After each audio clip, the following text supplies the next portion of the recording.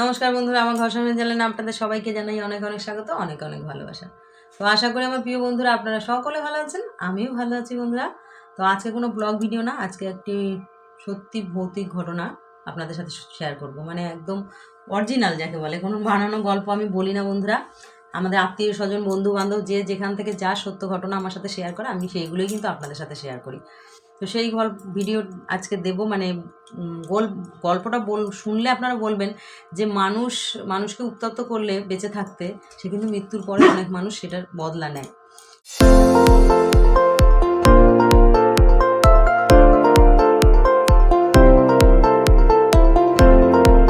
তো আজকে ভিডিওটা বন্ধুরা দেখার জন্য পুরো অনুরোধ রইল। আর যদি ভিডিও ভালো লাগে অবশ্যই লাইক কমেন্ট শেয়ার করবেন।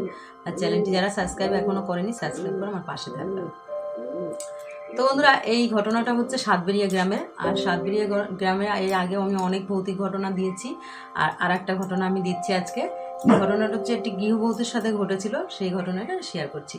তো গৃহবধূর নাম ছিল সরস্বতী, আর সাতবেরিয়া গ্রামের একদম শেষ প্রান্তে ছিল তার শ্বশুরবাড়ি, আর প্রথমেই স্টেশনের সামনে ছিল তার বাপের বাড়ি। তো সে ঠাকুরবাড়ির মেয়ে ছিল, আর তার শ্বশুরবাড়ি ছিল ঘোষ, মানে তাদের ঘোষ টাইটেল। তো প্রথমে তো রাজি হয়নি বিয়ে হতে, মানে দুই পক্ষ রাজি ছিল না। সরস্বতীর অন্য জায়গায় কিন্তু বিয়ে দিয়ে দিয়েছিল, কিন্তু সেই শ্বশুরবাড়ির ছোট ছেলেকে যেহেতু বিয়ে ভালোবাসতো, সে বিয়ের পরে তার ফুলসজ্জার রাতেই তার স্বামীকে সব কথা বলে যে আমি তোমার সাথে সংসার করতে পারবো না, আমি সত্য বলে একটি ছেলেকে ভালোবাসি, আমি সেখানেই যাব। তো তার স্বামী বলে আমার জীবনটা মাঝখান থেকে নষ্ট করলো কেন। যাই হোক, তার স্বামীও খুব ভালো ছেলে ছিল, সেখানে একটা মিলচাল হয়ে তার স্বামী তাকে দিয়ে যায় শ্বশুরবাড়িতে, বাপের বাড়িতে। তো সেখানে এসে 1 বছরের মাথায় সত্যর সাথে তার বিয়ে হয়, ঘোষ বাড়ির ছোট ছেলে সত্য। তো সত্যর সাথে ভালোই তাদের কিন্তু জীবনটা কাটছিল, মানে কোনো সমস্যা কোনো দিক দিয়ে ছিল না। কিন্তু সরস্বতীর যে মেজ যা ছিল রমা, সে কিন্তু সরস্বতীকে একদমই পছন্দ হতো না। সরস্বতীর দোষটা কি ছিল তার কাছে, মানে রমার কাছে, সেটা হচ্ছে সরস্বতী দেখতে সুন্দরী। ওই বাড়ির যে আর 2 বউ আছে, রমা আর বড় বউ হচ্ছে শিল্পী না শিপ্রা, এরকম একটা নাম ছিল বন্ধুরা, যত আমার মনে নেই। তো শিবরা কিন্তু কোনো সময় ওই সরস্বতীর সাথে কোনো হিংসা করতো না, বা দেখতে সুন্দর সবাই বলতো, সেই নিয়ে শিবরার কোনো প্রবলেম ছিল না। কিন্তু রমার অনেক প্রবলেম ছিল। মানে রমা ভাবতো যে কেন ওকে সুন্দরী বলবে, যেহেতু ওর একবার বিয়ে হয়ে গেছে, তারপরে আমার দেওরের সাথে বিয়ে হয়েছে, সেই খুঁতটা কেউ দেখতে পায় না। সবাই মানে গ্রাম শুদ্ধ লোক সবাই বলতো ঘোষবাড়ির সব থেকে সেরা বউ হচ্ছে সরস্বতী, মানে ছোট বউ। তো সেই জন্য কিন্তু রমার সবসময় হিংসায় সরস্বতীর কিভাবে ক্ষতি করবে এটাই চাইতো। সরস্বতীর স্বামীকে মিথ্যে সত্যি লাগিয়ে ওদের মধ্যে সম্পর্কের মধ্যে কোনো বিষ ঢালা, এই জিনিসগুলো রমা করে থাকতো। আর সরস্বতী সেটা মানে শুনতে পেতো বা বুঝতেও পারতো। অনেক সময় সরস্বতীর সাথে এই নিয়ে অনেকবার ঝামেলা হয়েছে মেজে বউয়ের। তো একদিন কি হয়েছে, ওদের যেহেতু গ্রামের বাড়ি, গাছের কলা পেকেছে।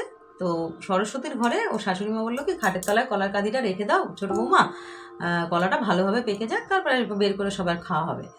তো সরস্বতী যথারীতি তার খাটের তলায় কলার কাঁদিটা রেখে দিয়েছে। সেখান থেকে 2টো কলার উধাও। 3-4 দিন পরে যখন কলার কাঁদি খাটের তলা থেকে বের করা হয়, তখন দেখে 2টো কলা সেখানে নেই।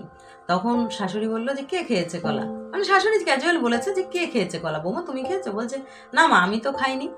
তখন বলছে যে মেজো বউ উঠে বলছে ওর ঘরে কলা ছিল, ও খাবে না তো কে খাবে? তখন বলছে যে দিদি, আমি এত ছোট ঘরের মেয়ে না যে আমি 2টো কলা খেয়ে মিথ্যে কথা বলবো। তখন বলছে কি, চুপ করো, একটা সংসার ভেঙে আমার জায়ের সাথে দেওরের সাথে এসেছো, আবার বড় বড় কথা। দেখবেন কিছু কিছু মানুষের মুখ এত খারাপ বন্ধুরা, তাদের মুখই ঢাল তরোয়াল সব কিছুর কাজ করে দেয়, ঠিক আছে? তো সরস্বতীর জীবনেও কিন্তু সেদিন সেই রমার কথা, ওর মেজো জায়ের কথায় কি বিপর্যয় নেমে এসেছে। তো সেই কথায়, এক কথা দু কথায় ভীষণ ঝগড়া। তখন খোঁজ সরস্বতীর জানলার কাছে ঘরের পিছনে গিয়ে মেজো বউ খুঁজে ওই কলার খোসা নিয়ে এসেছে। এসে বলছে এই দেখুন মা, ওই খেয়েছে কলা। তো সরস্বতী এতবার বলছে মা আমি কলা খাইনি, আমার বাপের বাড়িতে এত কলা হতো আমি কোনো সময় খেতাম না, আমার ভালো লাগে না ফল ঠল হতো। তো ও শাশুড়ি বলছে ছেড়ে দাও না, বড় যাও বলছে ছেড়ে দাও না, যে খেয়েছে খেয়েছে, খায়ের জিনিস খেয়েছে তো কি হয়েছে। মেজো বউ তো সেটা নিয়ে ভেচাচ্ছে, ভেচাতে যা হোক সারাদিন ঝগড়া গেচাল হলো। সন্ধ্যার দিকে কি হয়েছে, মানে এতটাই মনে আঘাত পেয়েছে। সরস্বতীর কিন্তু ছোট একটা মেয়ে ছিল, বিয়ের 3 বছরের মাথায় এই ঘটনা। সরস্বতীর ছোট একটা মেয়ে ছিল, মেয়েটার বয়স ধরুন 6 মাস কি 7 মাস হবে, এরকম বয়স। তো সরস্বতী ওই রাগে ওই লজ্জায় মানে গ্রামবাসী দেখবেন গ্রামে একটা ঝামেলা হলে কারোর বাড়িতে না গ্রামের লোক জড়ো হয়ে যায়, তখন সেই সব লোক জড়ো হয়ে শুনছে যখন ঝগড়া, তাদের মাঝখানে ওই কথাটা বলেছে যে একটা সংসার ভেঙে আমার দেওরের সাথে এসেছিস, তুই আবার বড় বড় কথা বলিস কি। মেজে বউ যখন বলেছে, সরস্বতী এমনি শিক্ষিত মেয়ে ছিল আর ভদ্রবাড়ির মেয়ে ছিল, সরস্বতীর কথাটা খুব সম্মানে লেগেছে। দিয়ে ও সন্ধ্যাবেলায় গোয়াল ঘরে গিয়ে, চাষিবাসী ফ্যামিলি, গোয়াল ঘরে ফনি ডাল থাকে এরকম ঝুলানো, সার তেল সমস্ত কিছু থাকে, ওখান থেকে সে ফনি ডাল খেয়ে নেয় যথারীতি তাকে হসপিটালে যেতে মানে নিয়ে যেতে যেতে সে পথেই মারা যায়। বনগাঁ হসপিটালে নিয়ে যাচ্ছিল, সে চালকি বলে একটা জায়গা, সেখানেই সে মারা যায়। তখন হসপিটালে নিয়ে যেতে চিকিৎসকরা বলে যে অনেকক্ষণ আগেই কিন্তু ইনি মারা গেছেন। তো ওর মা ছিল, সরস্বতীর মা ছিল ওই গ্রামের কাউন্সিলর। সরস্বতীর মা কিন্তু একটা মানে কেস করেছিল, যার জন্য অনেকদিন এদের মানে অনেক ঝামেলাও পোয়াতে হয়েছে। মেজো বউ বা মেজো ছেলে, তারপরে ছোট ছেলে, ওনার জামাইকেও ছাড়েননি উনি, সবার নামেই কেস কামারি করেছিল। বড় ছেলে বড় বউয়ের নামে কেস দেয়নি। তো সেই নিয়ে অনেকদিন কেস কামারি চলেছে, অলরেডি সে কেস কামারি মিটেওছে। তার মধ্যে কি হয়েছে বন্ধুরা, সরস্বতীর আত্মা সে তো মারা গেছে, আর তার ছোট বাচ্চা যেহেতু 6 মাসের বাচ্চা রেখে সরস্বতী মারা যায়, সরস্বতীর আত্মা কিছুতেই না শান্তি পায়নি। সে ওই বাচ্চার পাশে ঘুরঘুর করতো। কোনো সময় হয়তো অনেকে দেখেছে সরস্বতীকে বাচ্চাকে দোলনায় রেখে দিয়েছে উঠানে সাইডে রোদে, সরস্বতী ওখানে এসছে, মানে সরস্বতীকে ওখানে অনেকে দেখতে পেয়েছে, ওর শাশুড়ি দেখেছে, ওর বড় যা দেখেছে, কিন্তু ওদের কিন্তু কোনো সময় সরস্বতী ভয় দেখাতো না। আর সরস্বতী ছিল লম্বা চওড়া ফর্সা, দেখতে বেশ সুন্দরী একটি মেয়ে। তো সরস্বতীর বাচ্চাটাও ঠিক সুন্দর, সেরকম সুন্দর হয়েছিল, ফুটফুটে সুন্দর। সরস্বতীর মেজো যার উপরে যে সরস্বতীর রাগ ছিল, তার বিয়ের পর থেকে দীর্ঘ 3টে বছর ধরে তাকে জ্বালিয়েছে। সরস্বতীর যা পাশের কলা বাগানে গোবর ফেলতে গেছে, গোয়াল ঘর পরিষ্কার করে গোবর ফেলতে গিয়ে সেখানে সরস্বতীকে দেখে সে অজ্ঞান হয়ে যায়। অজ্ঞান যখন হয়ে যায় তখন যখন জ্ঞান আসে, বড় বউ তার চোখে মুখে জল দিয়ে জ্ঞান ফেরে, রমা কী হয়েছে তোমার? তখন বলছে আমি সরস্বতীকে দেখেছি। তখন বড় বউ বলছে সরস্বতীকে তো আমরাও দেখি, সরস্বতীকে আমরাও দেখতে পেয়েছি অনেকবার, কিন্তু সরস্বতী তো এমন কিছু করে না। সরস্বতীর আত্মা যে আছে আমাদের বাড়ির মধ্যে ঘোরে সেটা আমরা অনুভব করতে পারি, কিন্তু এমন কিছু করেনি, তুমি অজ্ঞান হয়ে গেলে কেন? বলছে আমি দেখতে পেয়েছি, আমাকে ভয় দেখিয়েছে, আমাকে বলেছে সরস্বতী বাঁচতে দেবে না। তখন বড় বউ ভাবলো যে হলেও হতে পারে, ওকে এই কথা বললেও বলতে পারে, কেননা ও যা করেছে। বলছে রমা তুমি যেটা করেছো সরস্বতীর সাথে সেটা ঠিক কাজ করোনি, তোমাকে অনেকবার বলেছি ওর পিছনে লেগো না। তো বন্ধুরা, একদিন অমাবস্যার রাতে সে কল পাড়ে গেছে, মানে গ্রামের কল পাড় তো বুঝতে পারে না, এখন তো টাইম কল ফাইমকল হয়ে গেছে, তখন তো সে ছিল না, রান্নাঘর তারপরে কল পাড়, উঠান পার হয়ে কল পাড়ে গেছে। সরস্বতী সেখানে মানে মেজো বউকে দেখা দিয়ে বলছে কি, দুটো কলার জন্য আমার প্রাণ গেছে, আমি বলেছিলাম আমি কলা খাইনি, ঠিক আছে, তবুও তুমি কিন্তু আমাকে বলেছিলা যে আমি চুরি করেছি কলা, আমি তোমাকে ছাড়বো না, ঠিক আছে।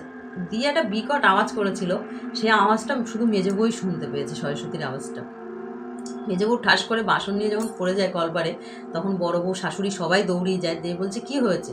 বলছে মেজো বউ আমাকে বাঁচতে দেবে না, মানে মেজো বউর বর্তমানে অধীর কাকু যে সে তো বলতেই শুরু করেছে যে মেজো বউ মনে পাগল হয়ে গেছে। বলছে না, বড় বউ তখন বলছে রমা পাগল হয়নি, রমা যেটা বলছে ঠিকই বলেছে, সরস্বতীর আত্মা আমাদের বাড়ির মধ্যে ঘুরে ঠাকুরবো, তুমি যে করো মেজো বউকে একটু তাবিজ কবজ দেওয়ার চেষ্টা করো, যেটা গ্রামের লোকরা মানে এটা বিশ্বাস করে যে তাবিজ কবজ দিলে ঠিক হবে। তো তাবিজ কবজ অলরেডি দিয়ে দিয়েছে, ওজা বাড়ি নিয়ে অনেক হাতে গলায় তাবিজ মেজো বউয়ের, আমরাও দেখেছি বন্ধুরা, যেহেতু ওই গ্রামে আমার পিসির বাড়ি, তো আমি মাঝে মাঝে গিয়ে থাকতাম, তখন দেখতাম দিয়েছে। আর মেজো বউ সবসময় ঘাবড়ে থাকতো, কোথাও যেত না, এসে করতো না। তো বলে না যার যেখানে কাল আসে সেখানে সে যায়।